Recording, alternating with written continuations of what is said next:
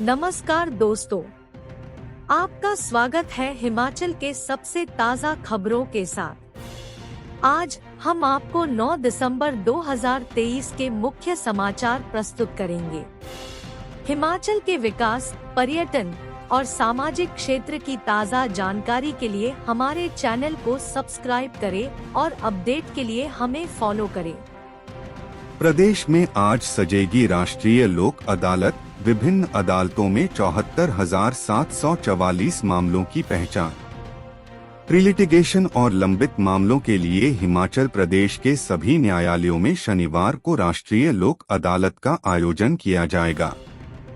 न्यायमूर्ति MS रामचंद्रा राव, मुख्य न्यायाधीश हिमाचल प्रदेश उच्च न्यायालय एवं मुख्य संरक्षक हिमाचल प्रदेश राज्य विधिक सेवा प्राधिकरण के संरक्षण में, और न्यायमूर्ति तरलोक सिंह चौहान, न्यायाधीश हिमाचल प्रदेश उच्च न्यायालय एवं कार्यकारी अध्यक्ष हिमाचल प्रदेश राज्य विधिक सेवा प्राधिकरण के कुशल मार्गदर्शन में 9 दिसंबर 2023 को हिमाचल प्रदेश की सभी अदालतों में राष्ट्रीय लोक अदालत का आयोजन किया जाएगा। ट्रैफिक मैजिस्ट्रेट के न्यायालयों में NV चालान मामलों में ई-कोर्ट डिजिटल भुगतान के माध्यम से कंपाउंडिंग शुल्क के भुगतान की ऑनलाइन सुविधा भी प्रदान की गई है। राष्ट्रीय लोक अदालत के बारे में IEC सामग्री के वितरण और स्थानीय निकाय हितधारकों, गैर सरकारी संगठनों, पंचायती राज संस्थाओं के प्रतिनिधियों, पैरा लीगल वॉलंटियर्स, सार्वजनिक परिवहन सेवाओं आदि के माध्यम से जनता को जागरूक किया जा रहा है। 9 दिसंबर 2023 को आगामी राष्ट्रीय लोक अदालत में निपटान के लिए विभिन्न अदालतों द्वारा अभी तक लगभग 74,744 मामलों की पहचान की गई है। मामलों की प्रभावी पहचान के लिए स्थानीय बार संघों, बीमा कंपनियों, बैंकों, वित्तीय संस्थानों के साथ नियमित बैठकें की जा रही हैं। हिमाचल प्रदेश पुलिस विभाग पार्टियों को संदेश भेजने और कंपाउंडिंग शुल्क ऑनलाइन जमा करने के लिए ऑनलाइन पोर्टल का भी उपयोग कर रहा है। प्रीलिटिगेशन स्टेज पर लगभग 1.50 लाख ट्रैफिक चालान मामलों की पहचान की गई है। प्रदेश में 11 दिसंबर से बारिश बर्फबारी के आसार, सुबह शाम बढ़ा ठंड का प्रकोप। प्रदेश में सुबह शाम ठंड होने से लोगों का घरों से बाहर निकलना दुश्वार हो गया है। चोटियों पर बर्फबारी के चलते मैदानों में ठंड का प्रकोप बढ़ गया है। हिमाचल प्रदेश के उच्च पर्वतीय क्षेत्र केलांग और मनाली का न्यूनतम तापमान फिर माइनस में पहुंच गया है। गुरुवार रात को केलांग में न्यूनतम तापमान -5.9, समदो में -4.5, मनाली -0.8, कल्पा 0.6, भुंतर 1.8, नारकंडा 2.5, मंडी 2.9, सोलन 3.8, ऊना 5.0, शिमला 5.6 और धर्मशाला में 8.2 डिग्री सेल्सियस दर्ज हुआ। न्यूनतम तापमान में कमी दर्ज होने से प्रदेश के अधिकांश क्षेत्रों में सुबह और शाम के समय मौसम में ठंडक बढ़ गई है।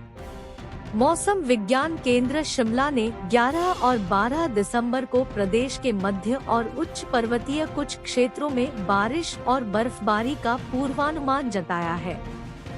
10 दिसंबर तक पूरे प्रदेश में मौसम साफ बना रहने की आशंका है। शुक्रवार को राजधानी शिमला सहित प्रदेश के सभी क्षेत्रों में मौसम साफ रहा। अब श्रद्धालु भी खरीद सकेंगे मां चिंतपूर्णी का 3D मॉडल। मंदिर न्यास व निफ्ट कांगड़ा के बीच MOU साइन। अब माता चिंतपूर्णी में आने वाले श्रद्धालु भी माता चिंतपूर्णी का 3D मॉडल स्मृति चिन्ह खरीद सकेंगे। इस संबंध में शुक्रवार को उपायुक्त राघव शर्मा और national institute of fashion designing technology Kangra के निदेशक डा राहुल चंद्रा ने MOU पर हस्ताक्षर किए। उपायुक्त ने बताया कि माता श्री चिंतपूर्णी के 3D स्मृति चिन्ह में मंदिर के गर्भगृह के प्रमाणिक स्वरूप को निफ्ट द्वारा उकारा गया है। इस हस्तशिल्प 3D मॉडल में माता चिंतपूर्णी की सभी आकृतियों व वृत्ति चित्रों का प्रमाणिक स्वरूप निफ्टी द्वारा तैयार करके उपलब्ध करवाया जाएगा। उपायुक्त ने बताया कि माता चिंतपूर्णी मंदिर में सुगम दर्शन प्रणाली और दर्शन पर्ची के लिए आने वाले श्रद्धालुओं के लिए बाबा माई दास सदन में एक काउंटर बनाया जाएगा। यहां से श्रद्धालु आसानी से माता चिंतपूर्णी मंदिर के इस प्रमाणिक 3D स्मृति चिन्ह को खरीदकर अपने पूजा स्थल पर रख सकते हैं। उन्होंने कहा कि मंदिर न्यास चिंतपूर्णी ने निफ्ट कांगड़ा के साथ एक सराहनीय पहल की है। मंदिर न्यास द्वारा माता चिंतपूर्णी में आने वाले श्रद्धालुओं के लिए यह अतिरिक्त सुविधा प्रदान की जा रही है। राघव शर्मा ने बताया कि माता चिंतपूर्णी मंदिर में आधुनिक तकनीक से बनने वाले म्यूजियम का कार्य अवार्ड कर दिया गया है। इस कार्यों को पवेलियन एवं इंटीरियर कंपनी नोएडा को सौंपा गया है, जो 1 वर्ष के भीतर म्यूजियम को तैयार करेगी और आगामी 2 वर्षों तक कंपनी द्वारा इसका संचालन किया जाएगा। उन्होंने बताया कि 3 मूर्ति चौक दिल्ली में प्रधानमंत्री संग्रहालय भी इसी कंपनी द्वारा निर्मित किया गया है। बाबा माईदास की कहानियां प्रदर्शित। उपायुक्त ने बताया कि मंदिर न्यास द्वारा बाबा माईदास सदन के समीप म्यूजियम को बनाने के लिए रखे गए उपयुक्त स्थान में आधुनिक तकनीक से म्यूजियम बनाया जाएगा। इसमें वर्चुअली और वास्तविक वस्तुएं प्रदर्शित की जाएंगी। माता चिंतपूर्णी की 3 कथाएं, जिसमें शिव शक्ति, मां छिन्नमस्तिका की कहानी और बाबा माईदास की कहानियां प्रदर्शित की जाएंगी। म्यूजियम में 3D थिएटर, हिमाचल प्रदेश के सांस्कृतिक धरोहरों जिसमें नृत्य, पोशाक व वाद्य यंत्रों को भी म्यूजियम में प्रदर्शित किया जाएगा।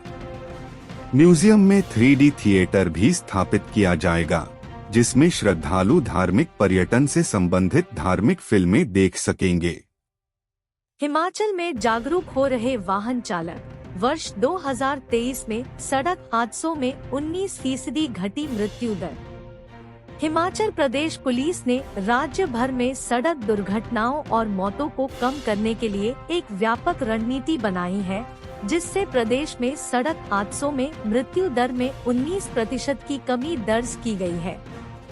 हिमाचल पुलिस यातायात प्रवर्तन के लिए प्रौद्योगिकी आधारित उपकरण यानी intelligent traffic management system, breath analyser, laser speed gun व फर्जी बॉडी वॉर्न कैमरा आदि का उपयोग कर रही है।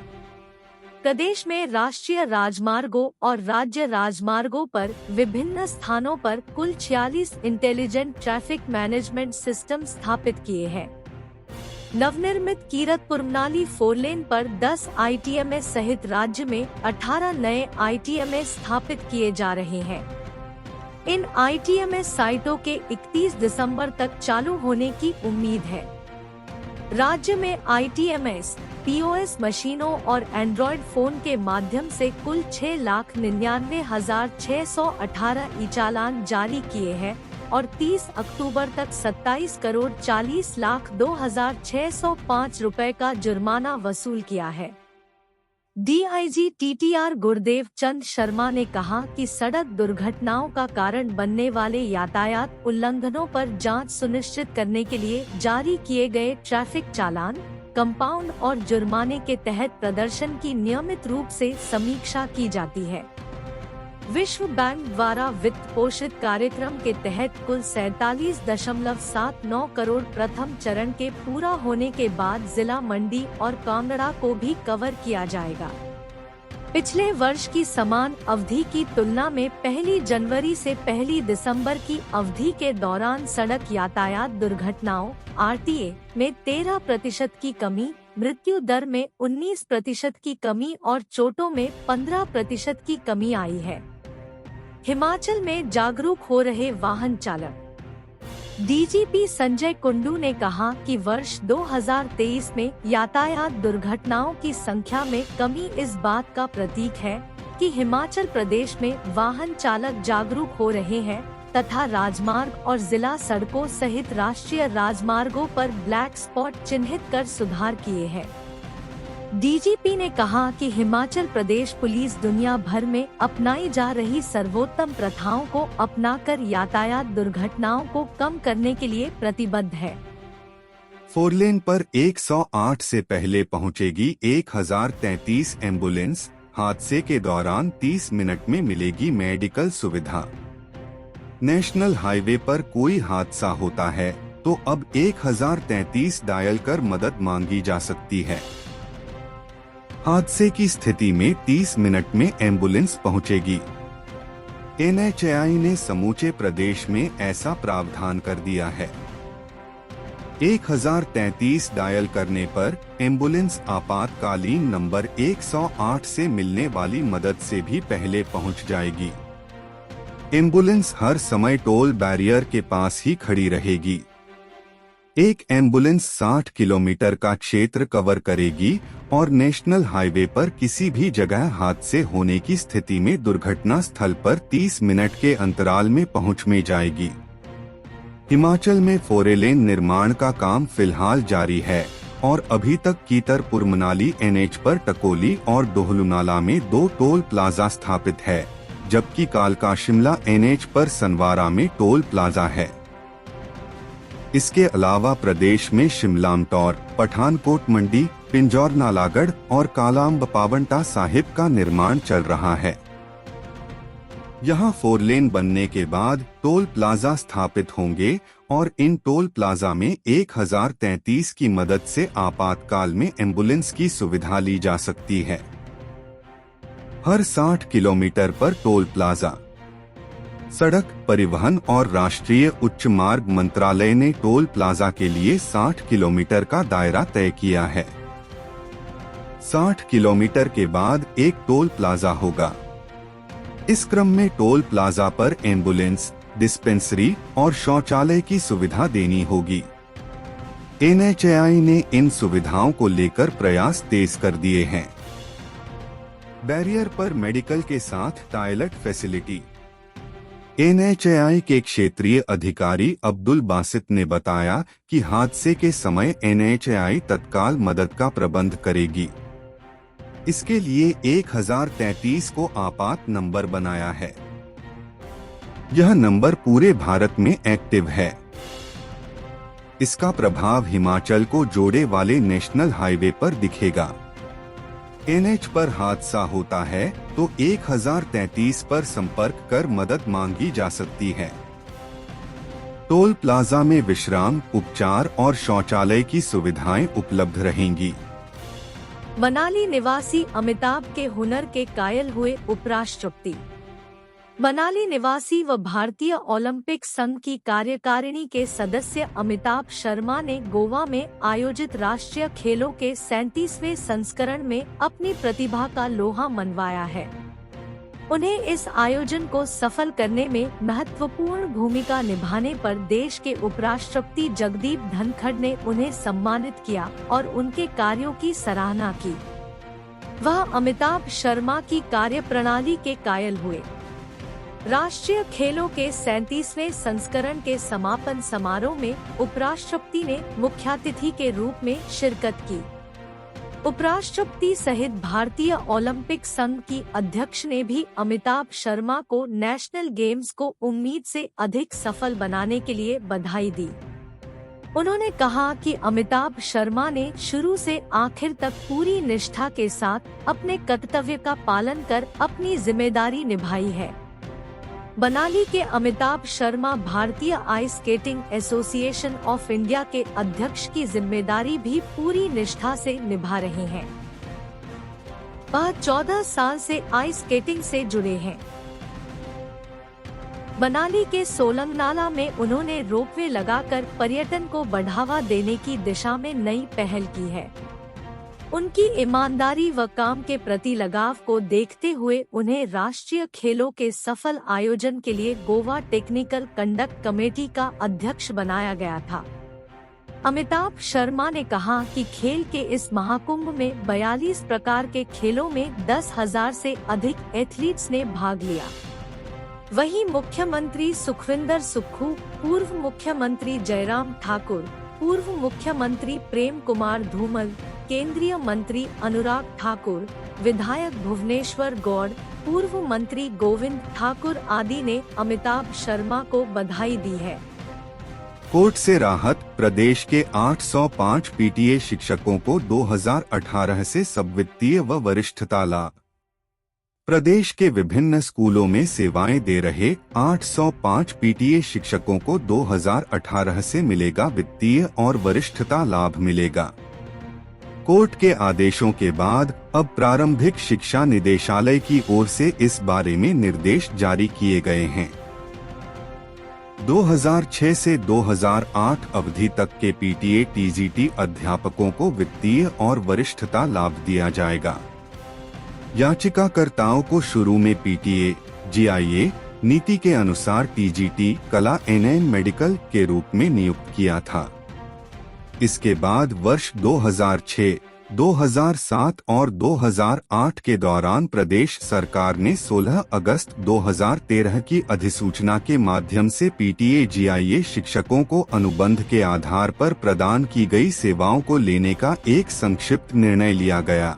हालांकि पीटीए जीआईए शिक्षकों को अनुबंध के आधार पर परिवर्तित करने के सरकार के निर्णय को पंकज कुमार ने उच्च न्यायालय में चुनौती दी थी। पीटीए जीआईए द्वारा प्रदान की गई सेवाएं, जिन शिक्षकों की सेवाएं वर्ष 2015 में विभाग द्वारा अनुबंध के आधार पर ली गई थी, उन्हें वर्ष 2018 में अनुबंध के आधार पर 3 साल की निरंतर सेवाएं पूरी करने के बाद नियमित नहीं किया जा सका, क्योंकि पीटीए जीआईए द्वारा प्रदान की गई नियुक्ति शिक्षकों का मामला न्यायालय में लंबित था, जबकि उन शिक्षकों की सेवाएं जिन्हें वर्ष 2015 में सीधी भर्ती के माध्यम से टीजीटी के रूप में अनुबंध के आधार पर नियुक्त किया गया था और 31 मार्च 2018 को अनुबंध के आधार पर 3 वर्ष की निरंतर सेवा पूरी कर ली थी, उन्हें नियमित कर दिया था। कोर्ट के आदेशों के बाद अब प्रदेश सरकार ने दिनांक 2 सितंबर 2023 और 4 दिसंबर 2023 के माध्यम से याचिकाकर्ताओं की सेवाओं को नियमित करने की मंजूरी दे दी है। अब इन पीटीए शिक्षकों को 1 अप्रैल 2018 सभी लाभों के साथ से नियमित माना जाएगा। इसी साल होगा मंत्रिमंडल विस्तार। हिमाचल में खाली चल रहे 3 पद, महीनों से हो रहा इंतजार। मुख्यमंत्री सुखविंदर सिंह सुक्खू ने शुक्रवार को कहा कि राज्य में मंत्रिमंडल का विस्तार जल्द किया जाएगा। श्री सुक्खू ने आज नई दिल्ली में मीडिया के साथ बातचीत करते हुए कहा कि हिमाचल प्रदेश में जल्द ही मंत्रिमंडल विस्तार होने वाला है। उन्होंने कहा कि मंत्रिमंडल विस्तार इसी साल होगा। उन्होंने कहा कि प्रदेश में अभी 3 मंत्री पद खाली पड़े हुए हैं। बीते कई महीनों से लंबित मंत्रिमंडल विस्तार का इंतजार हो रहा है। श्री सुक्खू ने कहा कि सरकार कांग्रेस ने सत्ता में आने से पहले जनता को 10 गारंटियां दी थी। इनमें से 3 गारंटियां पूरी कर दी गई हैं। अन्य 7 गारंटियों को भी पूरा किया जाएगा। उन्होंने कहा कि यह गारंटी पूरी करने के लिए राज्य सरकार के पास 4 साल का वक्त है। उन्होंने कहा कि हिमाचल प्रदेश में ओल्ड पेंशन स्कीम के बहाली, 680 करोड़ रुपए की स्टार्टअप योजना और इंग्लिश मीडियम स्कूल की गारंटी पूरी हुई है। उन्होंने कहा कि अन्य गारंटियों पर भी काम चल रहा है और इन्हें जल्द पूरा कर दिया जाएगा। श्री सुक्खू ने केंद्र से मिल रहे सहयोग के सवाल पर कहा कि वे केंद्र सरकार से लगातार संवाद करते रहते हैं। जहां जरूरी होता है वहां केंद्र सरकार धन भी उपलब्ध करवा रही है। उन्होंने कहा कि 11 दिसंबर को राज्य सरकार 1 साल का वक्त पूरा करने जा रही है। धर्मशाला में राज्य स्तरीय समारोह होगा। राज्य सरकार ने 365 दिन में 365 फैसले लिए हैं। इसके अलावा हिमाचल प्रदेश में आई आपदा के दौरान राज्य सरकार ने जो काम किया वह भी इस दौरान प्रदर्शित किया जाएगा। उन्होंने कहा कि भारतीय जनता पार्टी 1 साल के कार्यकाल का विरोध इसलिए कर रही है क्योंकि वे मुख्य विपक्षी दल है और विरोध करना उनका दायित्व भी बनता है। 4 लेन पर 108 से पहले मदद को पहुंचेगी 1033 एम्बुलेंस, 30 मिनट रहेगी अधिकतम समय सीमा। नेशनल हाईवे पर कोई हादसा होता है तो अब 1033 डायल कर मदद मांगी जा सकती है। हादसे की स्थिति में 30 मिनट तक एम्बुलेंस घटनास्थल पर पहुंचेगी। NHAI ने समूचे प्रदेश में ऐसा प्रावधान कर दिया है। 1033 डायल करने पर एम्बुलेंस आपातकालीन नंबर 108 से मिलने वाली मदद से भी पहले पहुंच जाएगी। एम्बुलेंस हर समय टोल बैरियर के पास ही खड़ी रहेगी। एक एम्बुलेंस 60 किलोमीटर का क्षेत्र कवर करेगी और नेशनल हाईवे पर किसी भी जगह हादसे होने की स्थिति में दुर्घटना स्थल पर 30 मिनट के अंतराल में पहुंच में जाएगी। हिमाचल में 4 लेन निर्माण का काम फिलहाल जारी है और अभी तक कीतरपुर मनाली नेशनल हाईवे पर टकोली और दोहलुनाला में 2 टोल प्लाजा स्थापित हैं, जबकि कालका शिमला नेशनल हाईवे पर सनवारा में टोल प्लाजा है। इसके अलावा प्रदेश में शिमलामटौर, पठानकोट मंडी, पिंजौर नालागढ़ और कालाअंब पावंटा साहिब का निर्माण चल रहा है। यहाँ 4 लेन बनने के बाद टोल प्लाजा स्थापित होंगे और इन टोल प्लाजा में 1033 की मदद से आपातकाल में एम्बुलेंस की सुविधा ली जा सकती है। गौरतलब है कि सड़क परिवहन और राष्ट्रीय उच्च मार्ग मंत्रालय ने टोल प्लाजा के लिए 60 किलोमीटर का दायरा तय किया है। 60 किलोमीटर के बाद एक टोल प्लाजा होगा। इस क्रम में टोल प्लाजा पर एम्बुलेंस, डिस्पेंसरी और शौचालय की सुविधा देनी होगी। NHAI ने इन सुविधाओं को लेकर प्रयास तेज कर दिए हैं। NHAI के क्षेत्रीय अधिकारी अब्दुल बासित ने बताया कि हादसे के समय NHAI तत्काल मदद का प्रबंध करेगी।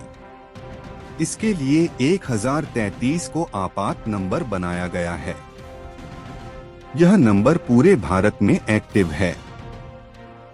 इसका प्रभाव हिमाचल को जोड़े वाले नेशनल हाईवे पर दिखेगा। नेशनल हाईवे पर हादसा होता है तो 1033 पर संपर्क कर मदद मांगी जा सकती है। यह एम्बुलेंस टोल प्लाजा से जुड़ी रहेंगी और एक प्लाजा से दूसरे के बीच सेवाएं देंगी। हादसा होने की स्थिति में 5 से 30 मिनट के अंतराल में एम्बुलेंस घटनास्थल तक पहुंच जाएगी। उन्होंने बताया कि टोल प्लाजा में विश्राम, उपचार और शौचालय की सुविधाएं उपलब्ध रहेंगी। उन्होंने बताया कि भविष्य में 4 लेन में वाहन चलाने के प्रति चालकों को जागरूक किया जाएगा। इसके लिए NHAI सड़क सुरक्षा अभियान चलाएगी। पकड़ा गया बाइक चोर गिरोह, 3 आरोपी गिरफ्तार। पंजाब से भी चुराए थे 3 मोटरसाइकिल।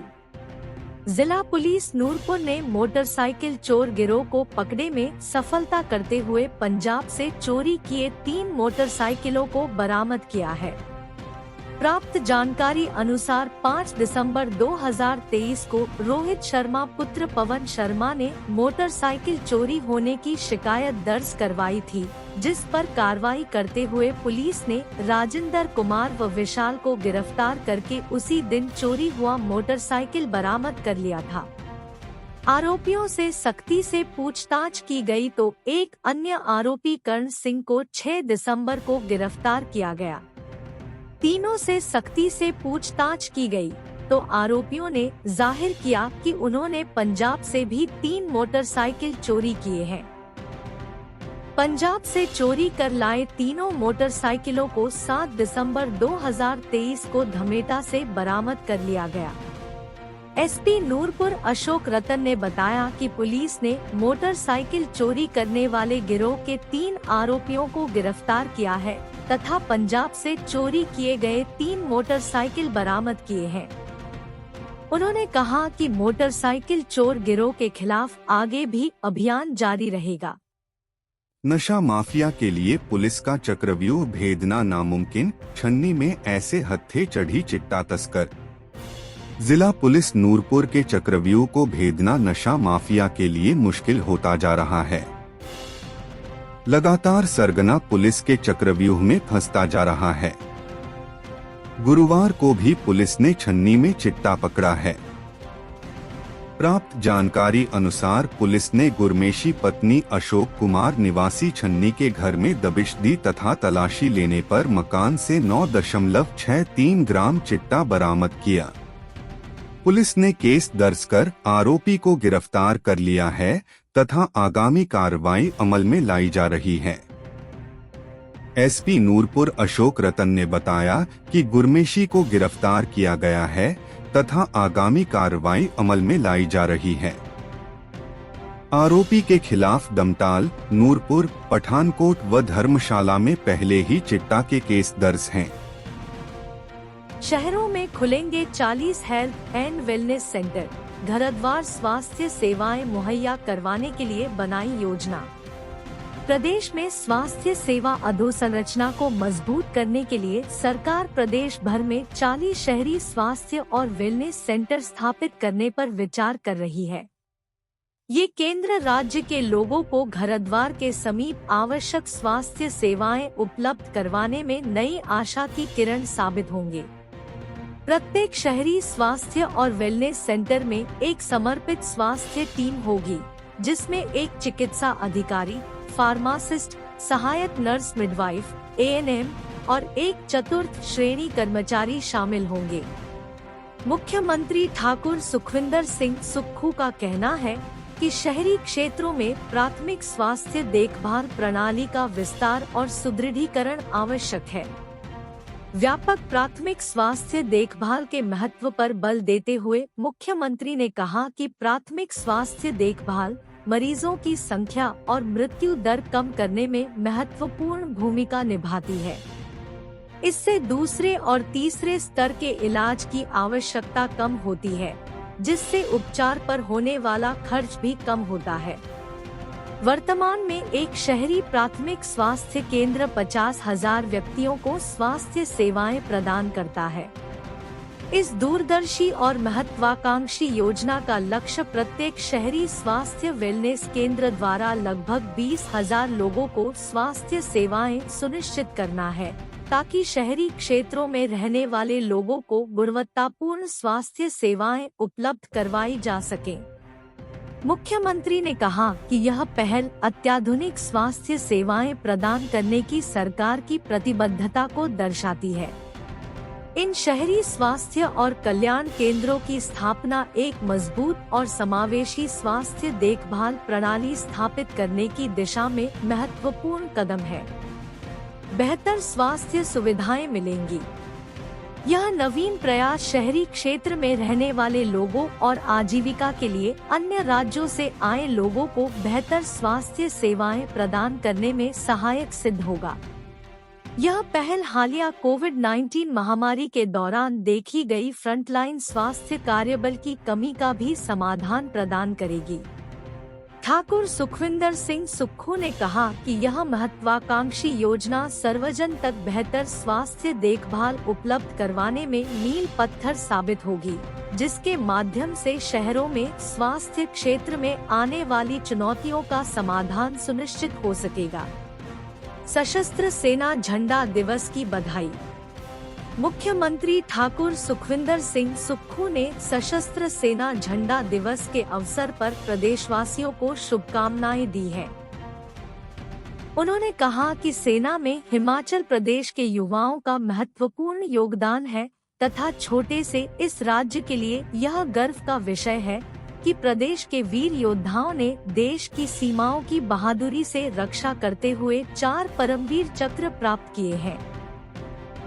उन्होंने कहा कि जब भी देश पर बाहरी आक्रमण हुए, हमारे बहादुर सैनिक देश की रक्षा के लिए अपने प्राण न्यौछावर करने में कभी पीछे नहीं रहे। मुख्यमंत्री ने कहा कि देश पर बलिदान होने वाले इन जवानों के परिवारों की उचित सहायता करना हम सभी का दायित्व है। हम अपने राज्य के विकास में योगदान देने में गर्व महसूस करते हैं और हमें उम्मीद है कि आने वाले दिनों में हमें और भी अच्छी खबरें मिलेंगी। इन खबरों को अधिक लोगों तक पहुंचाने के लिए कृपया हमारा कंटेंट साझा करें। हमारे चैनल को सब्सक्राइब करें और अपडेट के लिए हमें फॉलो करें। इसके अलावा बेझिझक अपने विचार कमेंट्स में साझा करें। आपका सहयोग हमें और भी बेहतर काम करने में मदद करेगा। धन्यवाद।